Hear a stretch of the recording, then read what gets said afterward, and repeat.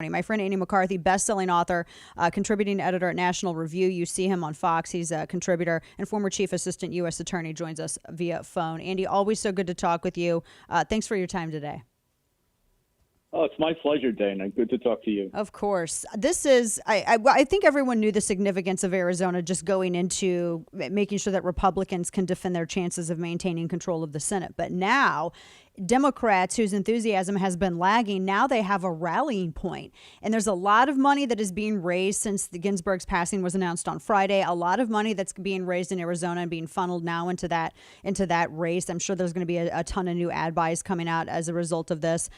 This could spell some trouble because honestly, Andy, I don't know, other than if Mitch McConnell, if he doesn't have Murkowski, doesn't have Collins, and if Romney ends up, Romney, really, he can't lose Romney. Joe Manchin's the only Democrat who might consider voting voting in favor of a nominee or having a hearing or even confirming a nominee. He's the only one on record for Kavanaugh. Mark Kelly could just ruin all of this. Oh yeah, and I think it's really fraught, especially, Dana, after the election if Trump loses. Because if Trump loses, I can't see Manchin voting for Trump's nominee. And at the same time, if Trump wins, a lot of this, I think, a lot of the problem goes away, because even if the Republicans lose the Senate, I don't think that's going to happen, but it could happen. I think it'd be a lot easier for people to just vote for his nominee if he's won the election. There'd be no reason not to, whereas McConnell would be very foolish, depending on how the election comes out. It could be a not good idea to wait until, next term. They ought to get this done when they can get it done. Plus, the court is starting work the first week in October, so, they got to get on with getting another person there. Exactly. Speak to a little bit some of the concerns that a lot of people have been expressing as to this New York Times piece last week. Joe Biden's getting a legal team together. They may contest this and litigate it. It could be a reprise of Bush v. Gore in a way. And if that goes up between, it goes all the way to SCOTUS and you have an incomplete bench, could that be a constitutional crisis? I mean, how serious of a possibility is this? Yeah, I think that's overstated, because the way litigation works, when the Supreme Court is 8-8, that doesn't mean cases don't get decided. It just means that the decision is made by the Court of Appeals, and if the court splits 4-4, then whatever the prior decision is gets upheld. That's not an ideal situation, obviously, but it's not true that things won't get decided. They'll just get decided at a different level of the judiciary. So I'm not worried about that, and I am worried about the election. I mean, I think the most disturbing thing, Dane, I've heard in the last few days is what they've done in Pennsylvania, where these, the lefty judges on their Court of Appeals have basically said, you can mail a ballot in on election day, and if they get it 4 or 5 days later, they're going to count it. Yeah. And to do that, they just completely rewrote Pennsylvania law, which they shouldn't have been allowed to do. But, obviously they did it. So it looks like Michigan is going to follow Pennsylvania's model. So you can already see how this is teeing up. Plus, if the Democrats are worried about McConnell ramming through a Supreme Court nomination, the best way to narrow McConnell's opportunities would be to extend the controversy over the election. So, because that kind of, to me, it seems like that shortens the lame duck session. So if they don't get this done by election day, which may be their best shot at getting it done anyway, but if they don't get it done by election day, it gets a lot harder after election day, I think. Oh, completely. Unless Trump wins. Yeah, and it just seems to me that it's too risky to wait that long. And I honestly, we know the Democrats definitely would not do that. They would be incredibly ruthless in moving forward. And I understand the argument that two wrongs don't make a right. However, we are talking about, I just don't trust the moral center, Andy, I guess, of a party that tried to undermine the last election in the manner that they did, going so far as to alter CIA emails. I just don't trust them when they tell us, no, the right thing is to wait on this. Let's leave it vacant. Well, of course they're saying that because they're not in charge. If they were in charge, we'd already have a new justice. We would. We would have had to be, we'd have to make time today to get her. So I should them sworn in, right? I don't want to offend anyone. Oh, it's going to be. Apparently, it has to be a woman for some reason. It's got to be a woman. I don't know why. It just does. Yeah. But you're right. Well, they would immediately have moved.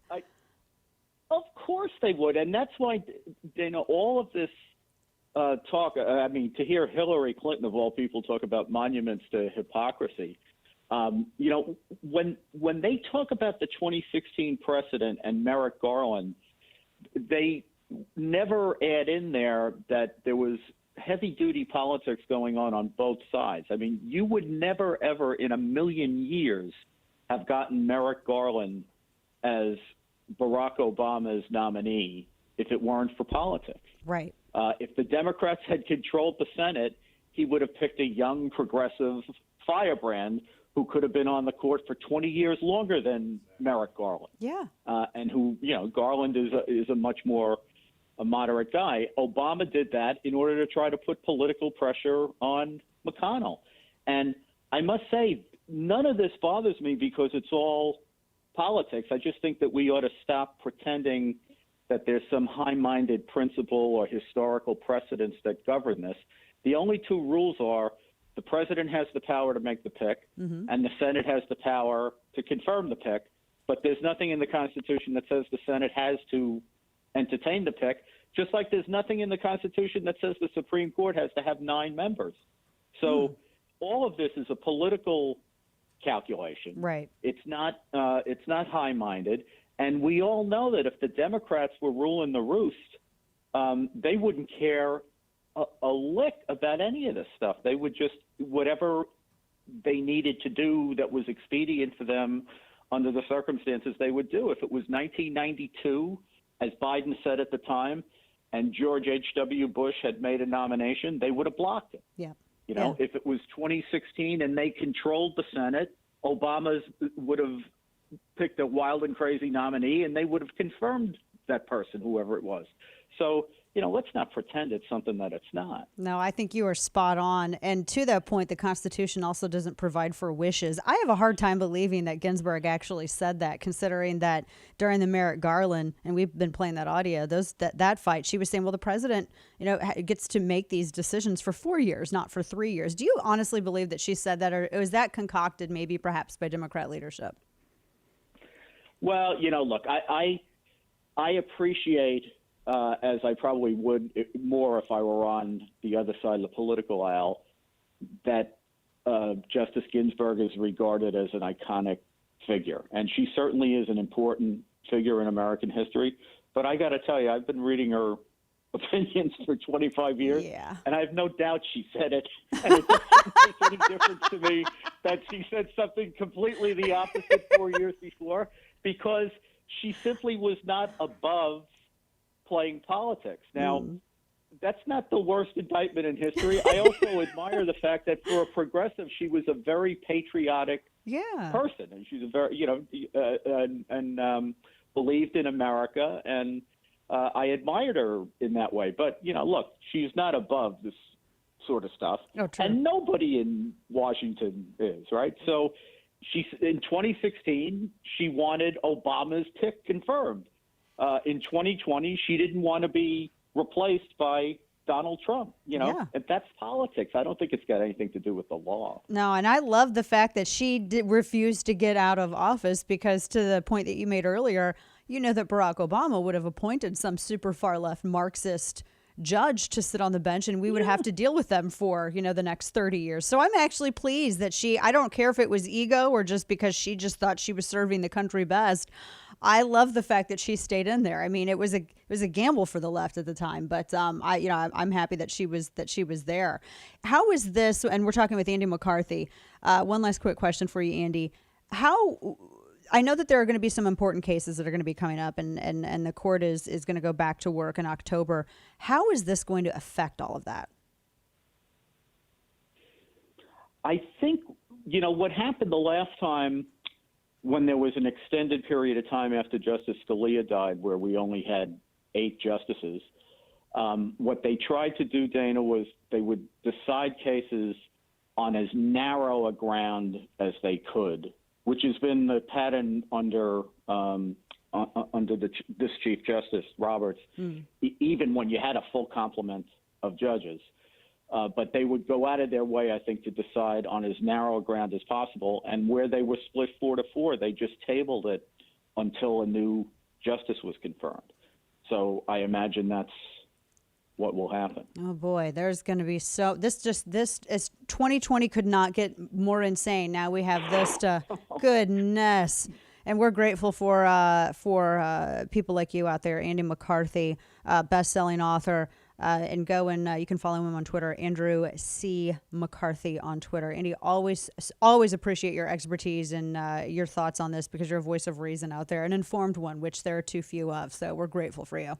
Thank you. Thanks so much, Dana. Have a great week. You too. Take care.